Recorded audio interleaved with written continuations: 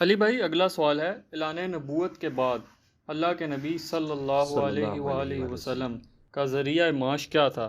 آپ کے جواب کی روشنی میں علماء کرام کے ذریعہ معاش کے حوالے سے بھی عوام الناس میں آپ جیسے لوگوں کی پھیلائی ہوئی کنفیوژن بھی دور ہو جائے گی اور علماء کرام سے متعلق بد زبانیوں کا سلسلہ بھی تھم جائے گا انشاءاللہ تعالی۔ انشاءاللہ تعالیٰ اللہ چاہے گا تو یہ ہوگا، لیکن اگر آپ کے علماء ہی نہ چاہیں کہ ان کے بارے میں بدگمانیاں ختم ہوں تو پھر اللہ تعالیٰ تو کبھی نہیں چاہے گا، کیونکہ اللہ تعالیٰ کبھی کسی قوم کی حالت نہیں بدلتا جب تک کہ وہ اپنی حالت خود نہ بدلے۔ سورہ انفال میں آتا ہے نا کہ جو اللہ کی نعمت سے خود روگردانی کرتا ہے اللہ اس سے نعمت چھین لیتا ہے، اس کی حالت کو بدل دیتا ہے۔ ان کی حرکتیں بھی جب تک درست نہیں ہوں گی نا، ان کے بارے میں بدگمانیاں اسی طریقے سے، بدگمانی تو نہیں کہنا چاہیے، یہ فیکٹس ہیں، بدگمانی کہاں سے ہے؟ یہ ممبروں پہ آپ کو سناتے نہیں ہے کہ حضرت عمر سے بھرے مجمع میں کسی نے پوچھ لیا کہ یہ آپ نے کرتا کیسے سلوایا، تو کہتے ہیں میرا بیٹا بتائے گا۔ تو بیٹے عبداللہ ابن عمر نے کہا کہ جی وہ 2 چادروں میں میرے ابا جی کا سوٹ بنتا تھا، تو ایک چادر جو مجھے ملی تھی وہ میں نے گفٹ کی۔ تو یہ جو مولوی ممبر پہ بیان کرتا ہے، جب وہ سیڑھیاں اترے تو آخری سیڑھی پہ جب پہنچا ہونا تو اس کو ادھر ہی روک کے کہیں کہ آپ ذرا یہ بتائیں کہ آپ 5 سال پہلے سائیکل پہ آئے تھے اسلام آباد کی اس مسجد میں، یہ آج ہونڈا سیوک آپ کے پاس کہاں سے آ گئی ہے؟ تو دیکھیں آپ کا اکرام مسلم کیسے کرتے ہیں وہ، جبکہ آپ کی تنخواہ بھی 20 سے 25 ہزار ہے ایک خطیب کی، امام مسجد کو 10,000 دیتے ہیں، اور آپ نے ڈرائیور بھی رکھا ہوا ہے۔ ظاہر ہے پانی سے تو نہیں چلتی گاڑی، وہ پرانے زمانے میں چلا کرتی تھی پھونک مار کے، اب نہیں چلتی، اب پیٹرول سے چلتی ہیں، کیونکہ پہلے بھی کہانیاں سنو لکھتی ہیں کتابیں۔ تو وہ دیکھیں کس طرح جھاگ چھوٹے گی، بلکہ ہو سکتا ہے وہ آپ سے کہ آپ ذرا کمرے میں تشریف لے آئیں۔ کمرے 'چ نہیں جانا بھائی، کمرے 'چ نہیں جانا، کیونکہ بات کا جواب نہیں ہوگا۔ تو یہ خود اپنی بے عزتی کرواتے ہیں نا۔ اور دوسری طرف آپ دیکھیں، بخاری اور مسلم دونوں میں حدیث ہے، نبی علیہ السلام اعتکاف بیٹھے تھے، رات کے گپ اندھیرے میں ایک عورت حضور کو ملنے آئی، آپ کافی دیر تک اس کے ساتھ باتیں کرتے رہے، پھر مسجد سے اس عورت کے ساتھ نکلے، تھوڑی دیر بعد جب واپس آئے تو آپ نے راستے میں چوراہے پہ چند صحابہ کو دیکھا، وہاں آپ کھڑے ہو گئے اور آپ نے فرمایا یہ میری بیوی صفیہ تھی جو مجھے ملنے آئی تھی، میں اسے گھر تک چھوڑنے گیا تھا۔ تو صحابہ نے کہا یا رسول اللہ آپ کے بارے میں ہم کیسے بدگمانی کر سکتے ہیں؟ تو آپ نے فرمایا کہ شیطان انسان کے جسم میں خون کی طرح تیرتا ہے، کسی بھی وقت تمہیں وسوسہ دلا سکتا تھا، لہٰذا میری یہ ذمہ داری تھی کہ میں تمہیں کلیئر کرتا۔ اگر رسول اللہ کی یہ ذمہ داری ہے کہ وہ اپنا سٹیٹس اپنے صحابہ کو کلیئر کریں گے جن کو وہ اکاؤنٹیبل نہیں ہے، تو مامیوں تسی کیوں نہیں کلیئر کر دو اپنا سٹیٹس؟ یہ ٹیکس ریٹرن جمع کرواتے ہیں، ان کا لیونگ سٹینڈرڈ دیکھیں۔ پولیٹیشنز کے اوپر تو لوگ بات کرتے ہیں، مولویوں کا ذرا آپ لیونگ سٹینڈرڈ دیکھیں اور ان کی عزتیں دیکھیں۔ ان کی تو لوگ دل سے عزت کر رہے ہوتے ہیں کیونکہ سمجھتے ہیں انہوں نے ہمیں جنت میں لے کے جانا ہے، لے جان گے تو جنت اس نہیں کدھر ہو رہی، بچ جاؤ۔ تو علماء کے سے ہم بدگمانی ہم نہیں کرواتے، ان کی اپنی حرکتیں ایسی ہیں کہ یہ بدگمان کرتے ہیں۔ میں نے کبھی نہیں کہا کہ سورس آف انکم دین کو بنانا حرام ہے، میں نے ہمیشہ یہ کہا ہے کہ میں اپنے لیے حرام سمجھتا ہوں۔ اس کا یہ قطعاً مقصد نہیں ہے کہ نعوذ باللہ من ذالک میں فی نفسی ہی کوئی فتویٰ لگا رہا ہوں۔ اپنے اوپر کوئی شخص کوئی پابندی لگانا چاہتا ہے تو لگا لے، اس میں تو کوئی فرق نہیں ہے۔ ہاں اس اعتبار سے کہ اگر وہ کہے کہ میں اس کو حرام سمجھتا ہوں اور یہ مطلقاً حرام ہے، پھر وہ ایک ایکسٹریم رویہ ہو جائے گا۔ باقی اس میں یہ مثال دینا کہ حضور علیہ السلام نے اپنے اوپر شہد حرام کر لیا تھا تو اللہ تعالیٰ نے ان کو منع کیا، بھئی حضور علیہ السلام سے تو شریعت بٹنی تھی، اگر آپ شہد حرام کر دیتے امت پہ ویسے ہی حرام ہو جانا تھا۔ اور دوسرا وہ تو ایک ضرورت کی چیز تھی نا، اور ایک شفا والی چیز تھی۔ اگر ایک بندہ کہتا ہے میں نے دین کو سورس آف انکم نہیں بنانا، تو آپ اس کو اس پہ آڑ دلائیں گے کہ نہیں بڑھا، تو کھا دین، تو اس کو اپریشیٹ کریں۔ ایک بندہ فری آف کاسٹ کام کرنا چاہتا ہے، آپ کہہ رہے ہیں نہیں نہیں تو پیسے لے کے کر، عقل کام کرتی ہے، دو مختلف باتیں ان کو آپس میں جوڑتے ہیں، ٹھیک ہے نا؟ تو آپ اپنی حلال کرنے کے لیے مجھے نہ بیچ میں تختہ مشق بنائے، میں نے کبھی بھی نہیں، میں نے تو جماعت المسلمین والوں کے خلاف بھی یہ باقاعدہ ویڈیو ریکارڈ کروائی تھی کہ امام مسجد کی تنخواہ درست ہے، نماز پڑھانے کی نہیں، جو بندہ دین کے لیے وقف ہوا ہو، بچوں کو تعلیم دیتا ہو۔ ہاں اگر فی سبیل اللہ دینا چاہتا ہے بہت اچھی بات ہے، اس کے اوپر میرے باقاعدہ ویڈیوز ریکارڈڈ موجود ہیں۔ اب آ جائیں نبی علیہ السلام کی طرف۔ نبی علیہ السلام ایک کامیاب تاجر تھے، مکے کی امیر ترین عورت آپ کی بیوی تھی، البتہ جب آپ علیہ السلام نے اعلان نبوت کیا تو پھر آپ کے کندھوں کے اوپر ذمہ داری آ گئی دین کے کام کی. تو پھر یہ ہوا کہ آپ کے پاس جو ایسٹ جمع تھے، ظاہر ہے کہ آپ نے کاروبار تو کیا ہوا تھا، تو اسی ایسٹس میں سے آپ علیہ السلام اپنے گزر بسر کرتے رہے. پھر کرتے کرتے جب مدینہ شریف میں آپ علیہ السلام آئے ہیں، پھر وہاں پہ جنگیں شروع ہوئیں، مال غنیمت آیا، تو سورۃ الانفال میں آ گیا کہ مال غنیمت کا 5واں حصہ اللہ اور اس کے رسول کے لیے، یعنی خمس جسے کہا جاتا ہے. اس سے نبی علیہ السلام اپنے بیوی بچوں اور کی دیکھ بھال کرتے تھے فائنینشلی، اور جو آپ کو مہمان ملنے کے لیے آتے تھے. تو پھر آپ کا سورس آف انکم بیت المال ہی تھا. خلفائے راشدین کا بھی سورس آف انکم بیت المال تھا، لیکن جائیدادیں بنانے کے لیے نہیں، سبسسٹنس لیول کے اوپر.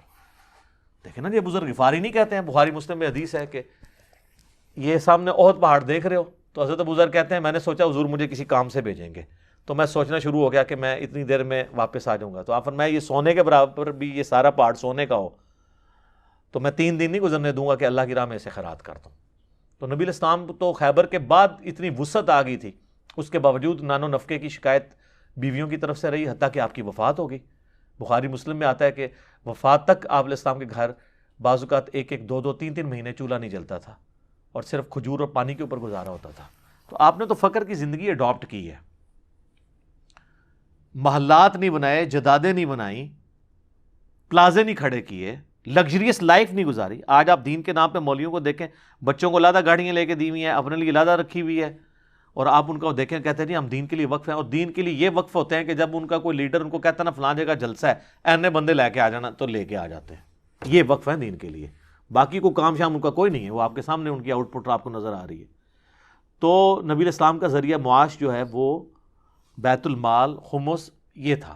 اور میں کہتا ہوں کہ جو بندے دین کے لیے فل ٹائم وقف ہیں، باقی امت کی ذمہ داری ہے کہ ان کی ضروریات کو پورا کریں.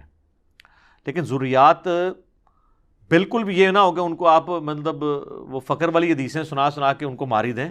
یعنی ان کے بچوں کی تعلیم، سارا خرچہ جو ایک عام نارمل ہے وہ تو ہونا چاہیے نا. صحیح بخاری میں آتا ہے کہ حضرت ابوبکر صدیق رضی اللہ تعالیٰ عنہ جب خلیفہ بنائے گئے، تو یہ آپ کو مشکات میں بھی حدیث حکمرانی والے چیپٹر میں مل جائے گی. تو حضرت ابوبکر نے صحابہ کو مشورے کے لیے جمع کیا اور کہا کہ دیکھو میرا بڑا اچھا خاصا کاروبار چل رہا ہے اور میرے بیوی بچوں کا خرچہ نکل رہا ہے، لیکن اب تم نے میرے اوپر یہ ذمہ داری ڈال دی ہے حکومت. اور یہ حکومت چلانی آج والی حکومت چلانی نہیں تھی سر، کہ چلائی نہ چلائی برابر ہے، بس اپنے پرکس لے لیے. وہ تو ادھر آپ دیکھیں کتنے فتنے تھے جن کے اوپر حضرت ابوبکر صدیق کو ہر وقت ٹینشن کی زندگی تھی، جنگوں کی زندگی. تو دیکھو بھائی میں اب تو اس طریقے سے تو اپنے بال بچوں کو بھوکا تو نہیں مار سکتا. پھر صحابہ نے مشورہ کیا کہ جی آپ کا وظیفہ ہم بیت المال سے لگاتے ہیں، آپ مسلمانوں کے لیے نظام حکومت چلائیں اور مسلمان بیت المال کے ذریعے آپ کی اور آپ کے گھر والوں کی پرورش کریں گے. تو اسی کی ماڈرن فارم یہ مسجد کمیٹیاں، کیونکہ اب حکومت کا تو بیت المال کا سسٹم نہیں چل رہا. مسجد کمیٹیاں جو چندہ اکٹھا کرتی ہیں، اسی میں سے جو ہے وہ مسجد کے امام کو یا خطیب کو یا جو لوگ دین کے لیے وقف ہیں ان کی خدمت کرتے ہیں. تو یہ بالکل جائز ہے. نماز پڑھانے کی تنخواہ نہیں. وہ سنن نسائی میں حدیث ہے، اور امام حاکم نے امام مسلم کی شرط پہ اس حدیث کو صحیح کہا ہے کہ کسی ایسے شخص کو اپنا مؤذن مقرر نہ کرو جو اذان کی اجرت لے. تو جب اذان کی اجرت لینا حرام ہے تو نماز کی اجرت بھی حرام ہے. نماز وہ اس نے ویسے بھی پڑھنی تھی اور جماعت سے ہی پڑھنی تھی، اس کی تنخواہ نہیں وہ لے گا. ہاں جو دین کے لیے وقف ہوا یعنی فل ٹائم مسجد میں اپنا وقت گزارتا ہے، مسجد کی دیکھ بھال کرتا ہے، محلے کے بچوں کو قرآن پڑھا دیتا ہے، اور باقی سارے جو سائیڈ بزنس جسے کہتے ہیں ہم دین کے حوالے سے وہ کر رہا ہے. یہ نہ ہو کہ اسلام پھیرتے ہی جا کے ٹیوشن پڑھانے شروع ہو جائے. لیکن ظاہر ہے وہ بیچارے اس لیے کہ تنخواہیں نہیں نا ان کو دیتے. میں تو کہتا ہوں ان کی ہینڈسم تنخواہیں ہونی چاہیے. آج کے زمانے میں امام مسجد کو 5,000 یا 10,000 کوئی تنخواہ ہے مجھے بتائیں. عام نارمل گھر کا خرچہ بھی جو بہت بھی یعنی روکھی سوکھی کھا رہے ہیں نا، ان کا خرچہ بھی 30,000 سے اوپر ہی ہے جو مشکل کے ساتھ گزارا کر رہے ہیں. ظاہر ہے جب آپ سارے خرچے ملائیں تو بلز ملائیں، بچوں کی تعلیم کا یہ سب، تو ایٹ لیسٹ ایک عام نارمل مڈل کلاس فیملی کا جو خرچہ ہے نا وہ ضرور میرے خیال میں تو امام مسجد کی 50,000 سے کم تنخواہ آج کے دور میں نہیں ہونی چاہیے. ایٹ لیسٹ دیں مسلمان. حکومت وقت کا کام ہے. سر آپ سعودیہ میں جائیں، ملیشیا میں دیکھیں کیا تنخواہیں ہیں امام مسجد اور خطیبوں کی. سعودی جس طرح یہاں پہ لوگ فوج میں جانا اور انجینئر ڈاکٹر بننے کو پسند کرتے ہیں نا، سعودی عرب میں اگر کوئی امام مسجد بن جاتا ہے سر، اسے گاڑی، بنگلہ اور تنخواہ آپ سوچ بھی نہیں سکتے کتنی لگژریس لائف اس کی ہوتی ہے. تو لوگ پھر دین کے لیے وقف بھی ہوں گے. تو نبی علیہ السلام کا ذریعہ معاش اعلان نبوت کے بعد بیت المال تھا. آج بھی جو لوگ دین کے لیے وقف ہیں ان کا جو گزر بسر ہے وہ بیت المال کے ذریعے ہی پورا ہونا چاہیے. ہم یہ جو بار بار کہتے ہیں نا کہ جی دین کو سورس آف انکم نہ بنائیں، وہ اس اعتبار سے کہتے ہیں کہ اس فطرے میں پڑھ کے، جیسے ہم زیادہ دولت کوئی حرام تو نہیں ہے، لیکن ہم کیا کہتے ہیں، اے اللہ ہمیں دولت وہ دینا کہ حضرت عثمان والی دولت ملے، کہ پھر اتنا جگرا بھی ہو کہ اللہ کی راہ میں خرچ کریں. ٹھیک ہے نا جی. تو اس لیے ہم کہتے ہیں یا تو اگر ہم اس فتنے میں پڑھ رہے ہیں اس آزمائش کے اندر، تو پھر یہ نہ ہو کہ ہم جدادیں بنائیں، پر پھر سبسسٹنس لیول کے اوپر ہی لائف گزاریں. دوویں جہانی مٹھے باؤ نہیں کہ ادھر بھی کام چوک کے رکھو اور کو جی آخرت بھی ہمیں ملے گی. نہیں، جب آپ دین کے لیے وقف ہوئے ہیں تو آپ نے یہ راستہ اختیار کیا تھا کہ میں نے آخرت اللہ سے مانگنی ہے، دنیا میں میں روکھی سوکھی کھا کے گزارا کر لوں گا. دین سے جدادیں بنانا یہی وہ چیز تھی جو ابو ذر غفاری کا بنو امیہ سے جھگڑا رہتا تھا.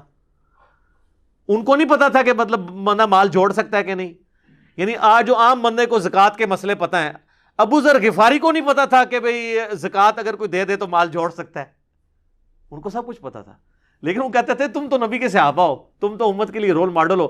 رسول اللہ کو بھی یہ باتیں پتہ تھی، آپ نے تو پوری زندگی کبھی زکوٰۃ نہیں دی، حالانکہ آپ کے پاس مال اتنا آتا تھا لیکن آپ خرچ کر دیتے، سال پورا ہی نہیں ہوتا تھا، زکوٰۃ کی نوبت ہی نہیں آتی تھی.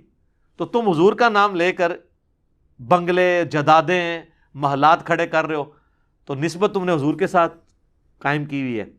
تو ایویں تو نہیں حضور نے کہا، ترمذی میں حدیث ہے کہ اس نیلی چھتری کے نیچے ابو ذر غفاری سے سچا انسان کوئی نہیں ہے. سر وہ ابو ذر غفاری کے اوپر میرا ایک یوٹیوب پہ کلپ آپ ضرور دیکھیے گا. ٹھیک ہے، سیدنا ابو ذر غفاری صادق رضی اللہ تعالیٰ عنہ علیہ السلام. تو آپ کو پتہ چل جائے گا کہ یہ زہد کی زندگی کس چیز کا نام ہے. نبی علیہ السلام نے پھر پوری زندگی زہد کی گزاری ہے.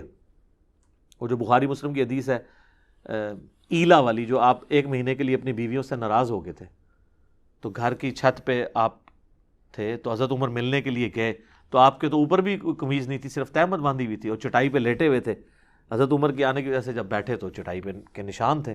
حضرت عمر نے رونا شروع کر دیا، یا رسول اللہ آپ تو اللہ کے رسول ہیں، اور کیسر و کسریٰ رومن اور پرشین امپائر کے جو سربراہ ہیں وہ تو دنیا کے مزے لوٹ رہے ہیں، اور آپ اللہ کے رسول ہیں، آپ زیادہ حقدار ہیں. تو آپ نے فرمایا اے عمر، لگتا ہے کہ دنیا کی حقیقت ابھی بھی تم پہ نہیں کھلی، کیا تم اس پہ راضی نہیں ہو کہ کیسر و کسریٰ دنیا کے مزے لوٹیں اور ہم آخرت کی سعادت حاصل کر لیں. اور پھر حضرت عمر نے یہ ایسی نصیحت پلے باندھی ہے کہ نہ حرام کھایا ہے نہ کسی کو کھانے دیا اپنے دور کے اندر. ٹھیک ہے، اور بس وہی چیز تھی کہ وہ جیسے ہی وہ سیدنا عمر شہید ہوئے ہیں تو پھر وہ ڈسپلن لوز ہونا شروع ہو گیا. اور پھر جب وظیفے لگنے شروع ہوئے تو پھر ظاہر ہے جب آپ وظیفوں پہ کوئی چلا جائے تو اس نے کام کدھر سے کرنا ہے.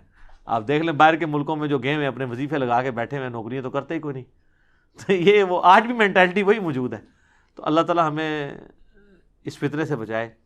اللہم انی اعوذ بک من فتنۃ الدنیا وعذاب الآخرہ، آمین. ٹھیک ہوگا جی.